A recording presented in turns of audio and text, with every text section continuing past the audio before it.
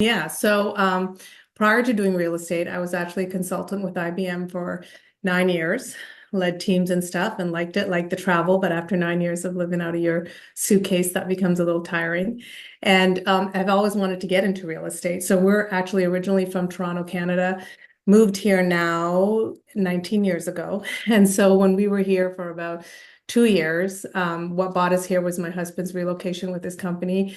Had always wanted to get into real estate and then decided to go into real estate, do it full time and build it like a true business. I was with Remax for 10 years. The last 4 years I have been with Compass and was an individual myself for all those years, and about 3 years just started a team. So the team, I've got two buyer's agents and a full-time assistant.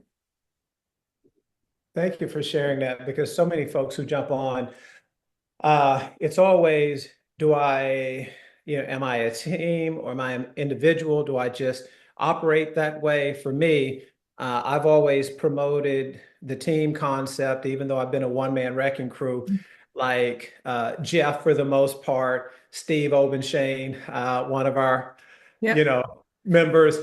And and I've had to learn and embrace something a little unique. And I've been on Steve about it because we use almost as a badge of honor that I've been doing this. Steve's been doing it longer than me. So I think he's somewhere between 38 and 40 years, and he's done everything himself and can't really even visualize utilizing leverage, which he Mhm. needs because he told me he and his wife hadn't had a vacation. And you've got kids that are older than the last time they had a vacation, which is Yeah.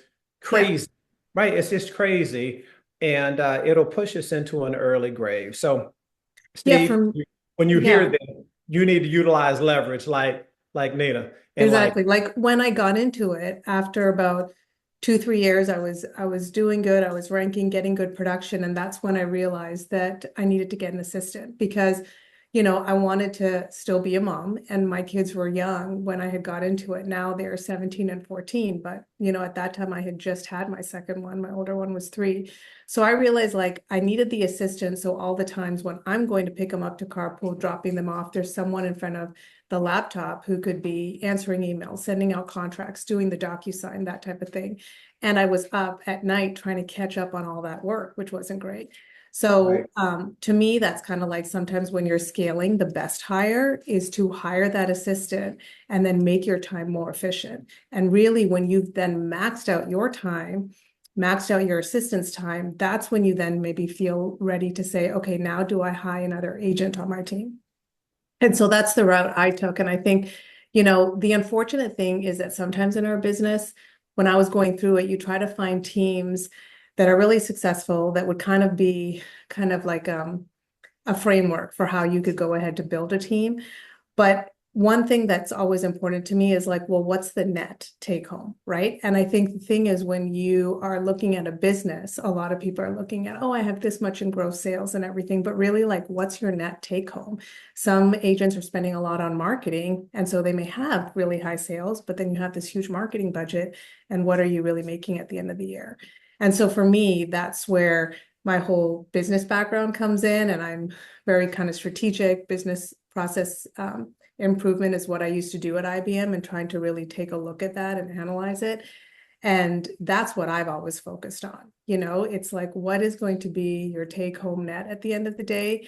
And what was happening to me is that I just felt like when more business was coming in, I then also kind of needed more balance, right? And I was like, okay, I need another agent to kind of help with this, because when you're also running referral, you don't want to say no to anybody, like someone's done the great job of referring you and passing you on a client, you want to say yes and you want to give them great service. So that was a little bit of the catalyst which made me go to a team. But I think just be cognizant about how you scale it, because you want to make sure that it is making sense for your business and profitable. 100%. Christina, is this going to be a problem that the video is lagging like that or no? Not really. I don't, I think as long as we can hear you well and we can see you, I think we're good. So, Yeah, it's just what it is. yes, not a Sorry, problem. is it lagging on you guys? Are fine on my end.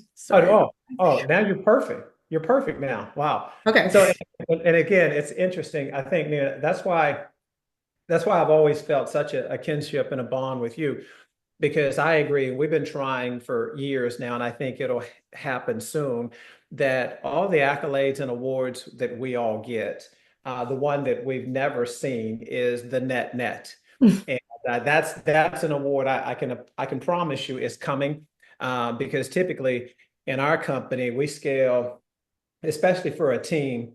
40% profit margin is considered good. For me as an individual, one man wrecking crew, 40% is way too low for me. And my goal over the next year or so is to get back between 65 and right at 70% profit margin, is where I like to be. And that means you've got to run lean, mean, very efficient. So And I think for a lot of agents, you've got to think out of the box, right? Like when I got into the business, I was starting new, didn't have a lot of money to market and stuff. So I'm like, what can I do that's going to be kind of low cost? Because you can talk to 10 different agents and have 10 different ideas on how to do this business, and nothing's wrong. It just depends on what works for you. So for me, it was building a referral business, and I'm like, well, I like connecting with people. I like, going out with them, having that whole relationship side to it, which doesn't cost a lot of money, but it costs a lot of time. Like it costs more time. And I was like, well, I've got time on my hands. So that's kind of what I did, and then just started building those relationships and stuff. And then one thing that I did, I think probably like the second or third year I was in the business, is I do a big client appreciation party. And I do that every September. And, we do it in a restaurant, we have dinner, we have wine, we hire a great band. And that was another way to like connect with my clients. And so that was really all I did for marketing in terms of marketing expenditure for probably the first, I don't even know, like 7 to 8 years of my business. Because it was something that I was like, okay, I can kind of control this cost, know what I'm putting into the event and what I'm doing. And then the rest of the year was just those connections and trying to connect with clients. So don't lose that thought, because your party is so big, and it's, over the years I've done a number of them. And your big client appreciation party is like my jazz event, which this past year ran me right at, I think, 11, maybe $12,000. And I've not really worked at trying to get that zero base through, leverage. I did charge this year for the very first time, and that's going to be a given now, because the minimal fee that I charged allowed me then to donate the proceeds to three of my charities, one which is my personal charity, and there was no pushback on that at all. I just think now that event has gotten so big, and the expectation is that each and every year it's got to get bigger. And I'm like, holy moly, right? And I know your cost because we've talked about it. Do you work on vendor partners getting it somewhat covered, and/or do is one of your goals to get it zero based or no? I don't think it's gonna get zero based. I have great vendor partners, but I don't think it's gonna get zero based. So I think the goal is to share it. I think that I still am kind of a little higher in that share split, but it still helps. So I have a couple vendor partners that I've been working with for years who are gracious enough to help. But at the actual party, and I make this clear to my vendor partners as well, it's all about the client. It's a client appreciation. There really is no branding, even for myself or for the brokerage. We sometimes will have like just a logo sign up or something like that. I really want the clients to feel why we genuinely do it. It's to connect with them. Everybody gets busy. You don't get to see some of your clients as much as you want to, but as a thank you for them for their business, and then also referring us to their friends and family. And I think what's great is, although it's a big party, within it, it's like smaller little parties of referral groups where you have like, 8 to 10 friends who come, they've all referred each other. So I do try to leverage some of the relationships that I have, but it's not for the majority of it. It's just, to kind of help out and balance the cost, because, with everything, food gets more expensive, restaurant gets more expensive and stuff like that. Right. Well, with that type of event, with your team, as small and mighty as they are you guys responsible? Because again, yours I think are larger than mine, but we're doing right at 100, clients. Mhm. Uh, it's hard to hit everybody, right? Christina's been so gracious. She's sitting here, even with my wife, I think the year before, getting everybody, registered and signed in. And I'm greeting everybody, and it's still tough to touch everybody and have those moments, right? Yeah. Is the team responsible for, I mean, working it, right? Yeah. So like, I mean, yeah, the team is there to go talk to everybody, make sure we say hi to everyone. We probably have about 250 people who come during the duration of the night. Some will stay the whole night, some will come and go. And we want to get as many people out as we can. So the more the merrier is our motto. But I will say now what's kind of happening is when you get that big, you want to keep on having these conversations with people, but then you can't get into like a 30-minute conversation with someone because you kind of have to like, work the room. So now this last year party, what I did is I was kind of at the door and I was like, okay, I can greet everybody who comes in, I can talk to them. But also I think now what I'm kind of realizing as well is when it gets that big, you have limited time, but we go and we try and talk to everybody. Like I go and try to talk to everybody, at least they've taken the time to come and be gracious enough. So I want to make sure that I can greet them, talk to them, see what's going on. But I think this year I've also had the realization I kind of have to also go back to doing those small, more intimate gatherings where you really get to spend time with your friends and clients. Because I think in this business, our clients become our friends along the way. And I've like gotten great friendships out of this business with some clients. And I think having those smaller get-togethers and connections are also really meaningful. And so sometimes when the client party gets so big, you can't really have that longer conversation with somebody that I think both parties really enjoy. And it's so interesting because I had really no idea at the direction that this conversation would have, because half the time I feel like it just naturally takes its course. And so your events, and I'd love to get into, again, even those smaller micro events. Again, I think it's so popular now. And I have found myself moving also in those directions, to make sure that, again, it's time and attention. I think over time, that's really important.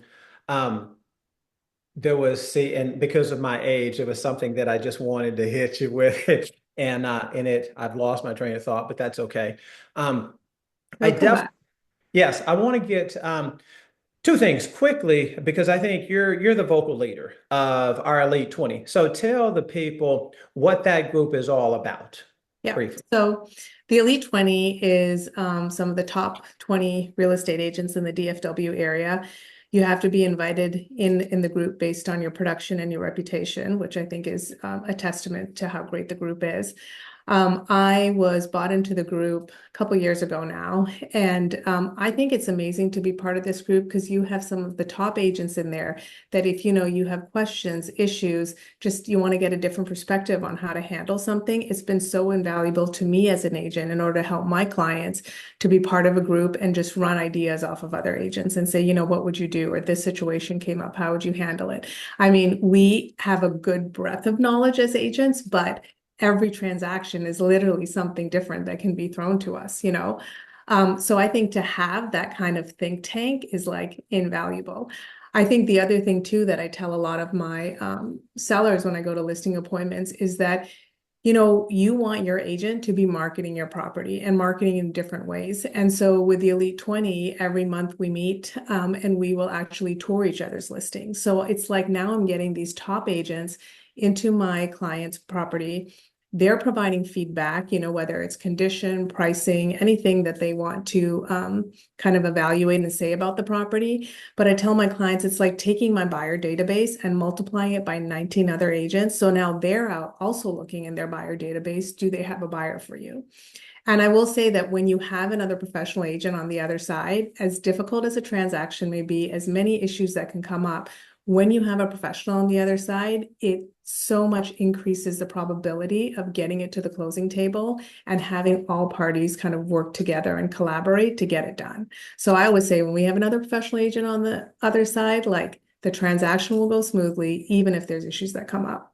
So I think just being part of that group for some of those reasons, like has been a great value to me personally and also to like my business and the clients. That's why I asked you to articulate it because you do such a much better job than me, and I don't really utilize it the way I should. I've now inserted in my kind of my listing package because it's a major benefit. It just is. So I will do a Yeah. better job moving forward. Well, that's why, like, when I had joined the group, I had kind of asked, do we have something that we can Yes. include in our listing presentation? And we didn't. And Right. so I kind of compiled the data together of like, how many years have we been in the business? What kind of, what's been our total sales, and made like this infographic. And Right. that infographic is what I take to my listing appointments, and they show that, and I show my clients, because sometimes you're in competition with another realtor who is great as well. There's a lot of great realtors in our business, but maybe that's something that just gives me a leverage to make them think like, oh, well, maybe that's a different service offering that she has that the other agents don't have. And it's such an advantage in that infographic. I think we even need to update it. But when you look at, that whole group and the 20 of us total, I mean, we've sold well over $1 billion. And I think if we update it now, it might be very well close to $2 billion just cumulative from that Yeah. group. So Because again, collectively in that group, there's over 500 years of experience, which is there's crazy. something. Oh my goodness. And I hate to be one of the old heads, but I mean, But me, Gary, Steve, I mean, Kathy, all of those guys, it's yeah, crazy. Again, we I'm earned those years, so we should be proud no of them. Bullhorn and this gray hair. My goodness. Wow. Well, again, this time could move so quick. I'd love to touch again briefly on two things. One, you're basically a referral. I don't know. I'd say relationships is what's important to you. Yeah, That's where the bulk of your business comes from. Is that from a very small but mighty database, or it's very large? Because most of the folks who are seeing this, they're always wanting to know, boy, do you have a database of 10,000 people, or do you right. have a database of 150 people that's strong and mighty? Well, I think two things. Looks like my database has grown over time. I think now, I mean, I don't know what I have last count. Maybe I have like about 4,000 people in my database. But 4,000 people is like a lot of people when you're trying to have one-on-one, relationships with them. I think what happens is you kind of have this core, maybe 100 people in your database that you are trying to build relationships with, like your top 100. And from that, hopefully referrals are coming and stuff. Then as other new clients get added into your database, maybe they find you online or some other way other than a referral, then you're growing your database, and now you're starting to have other different little spheres, right? The goal is when you get someone added in, it's like, do a great job, because everyone expects good service these days, right? You really need to exceed somebody's expectations to run a good referral business. And then they start referring you to their group of friends. And so now you've built this other little group within your database. And then, you start kind of building that sphere out. And Dallas still is small because a lot of people do know other people when you start to talk to them, and you're like, oh yeah, I worked with so-and-so or something like that.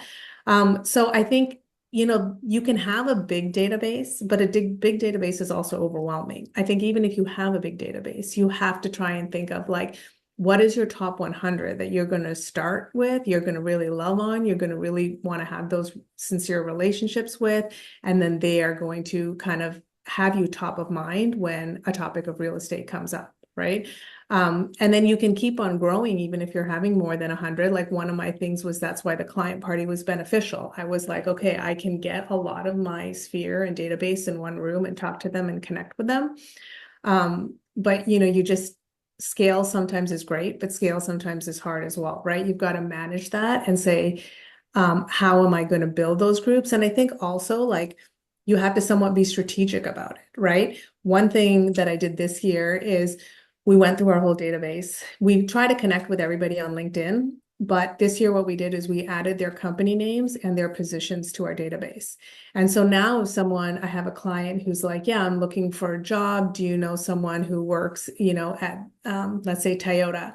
And I'm like, I actually do know someone who works in Toyota, and I contact them and say, do you mind if I make an introduction, right? That's something that we can do as connectors, and, people like that. So, sometimes it may be strategic in nature where you have someone in your database and they're the head of HR, and maybe they're responsible for relocations or going into a company and doing a home buying seminar and stuff like that. A lot of times we start working with our clients and we don't even ask them like, what do you do? Where do you work? Right?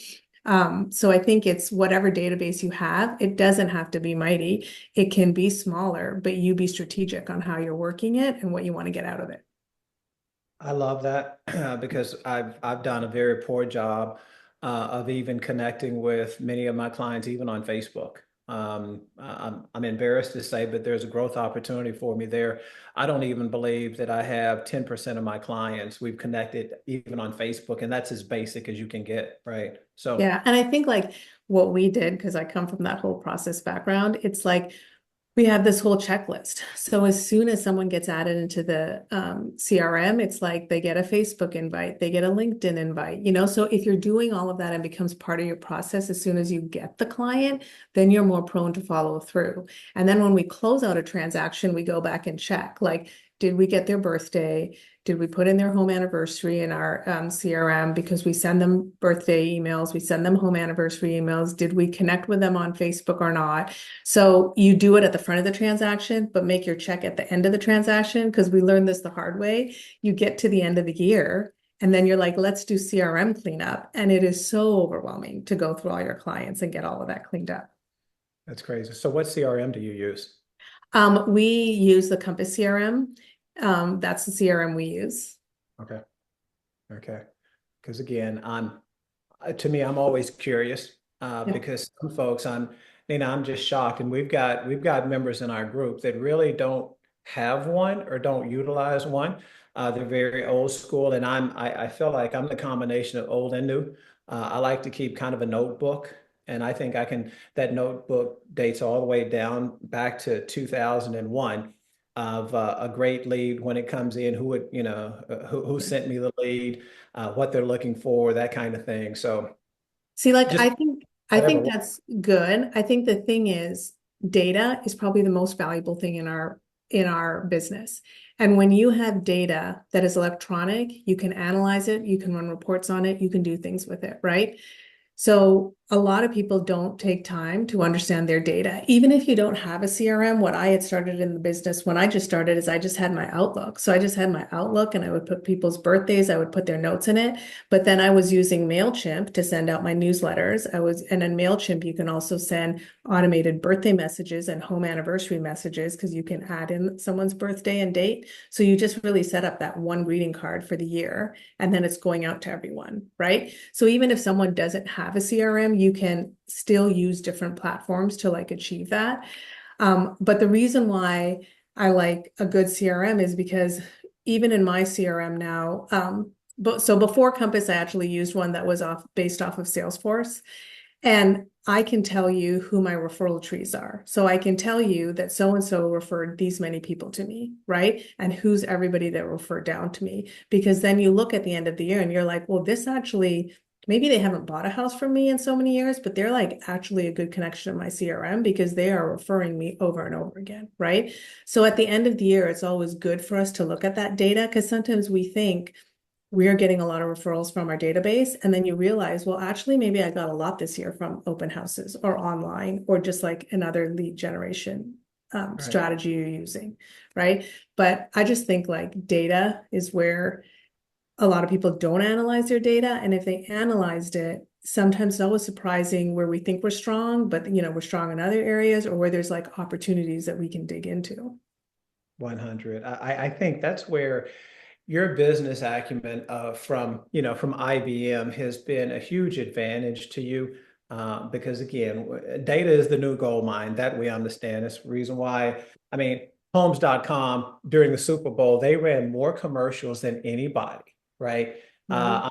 I was shocked with that. But again, they're all about data. I mean, all of Yeah. those companies are. And So and I mean for so many years, like it was just read by a spreadsheet. Like I still have my spreadsheet of like these are the clients I had. I have a column just like we have of the address, the prices or whatever, but there's a column in there of who referred them. yes. What was my lead source? So that at the end of the year, I'm kind of looking down and tallying up what was my lead source for all of these people who were coming in. Wonderful. You know what? The time I'm sure we'll be pressed up against it in just a little bit.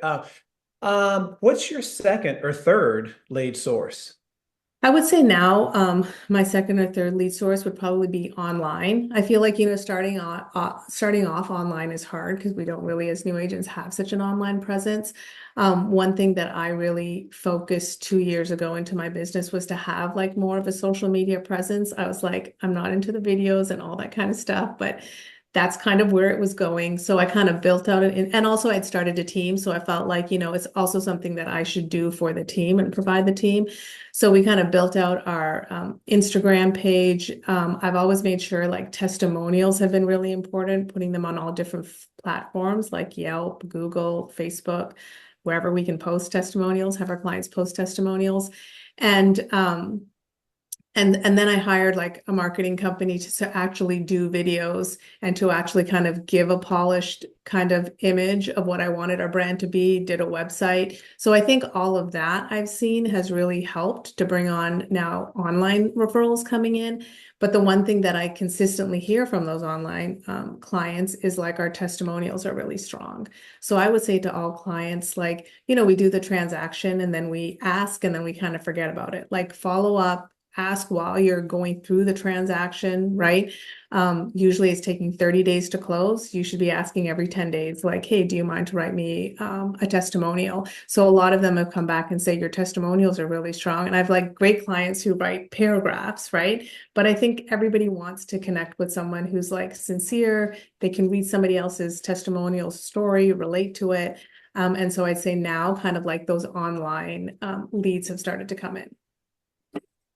We're working on that too. I think last year really was the first year that I could follow a lead that actually resulted in a transaction, and that had not happened really before. And so it's definitely one of my focuses for 2025. So we will do a much better job of Well, that and now. it's also hard sometimes to track because somebody could be referred to you. And Absolutely. although they're referred to you, they're probably going to jump online, jump on Google, try and see what they can find out. But then as they're like looking at your Instagram or your Facebook or your website or your testimonials, that's going to give them that comfort to actually pick up then and call you, as an agent that you've been referred to, right? So I feel like that's kind of also helped because maybe sometimes they're even referred a couple different agents and then seeing all of that says, okay, well, let me reach out to this agent first and start talking to them.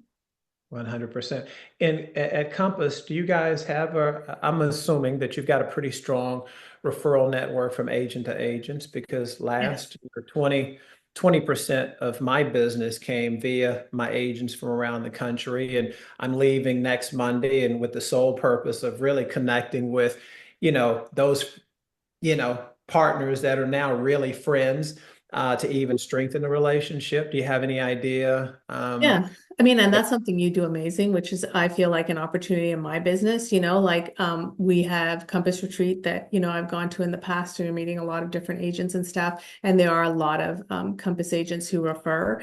And I've kind of done that, but probably haven't worked it like to the great extent I see you work with your relationships with other agents. But I think that's, a great thing to educate our database that even if they're moving away or they have family or colleagues in another state and they're looking for a realtor, like come reach out to us. We'll help connect you. There's no one better than a realtor to interview another realtor for you. Um, but really leveraging those. So like Compass is really big on a lot of those referrals that we do and building those relationships. I think me personally, I'm like, yeah, there's more opportunity there, which I need to leverage and kind of go after. We will. I mean, I believe, you know what, and as we close here, I believe that 2025, my projections are that this is going to be the second best year I've ever had. One, because I'm manifesting it. I do believe there's a few things that I'm doing differently Mm. than I haven't done in the past.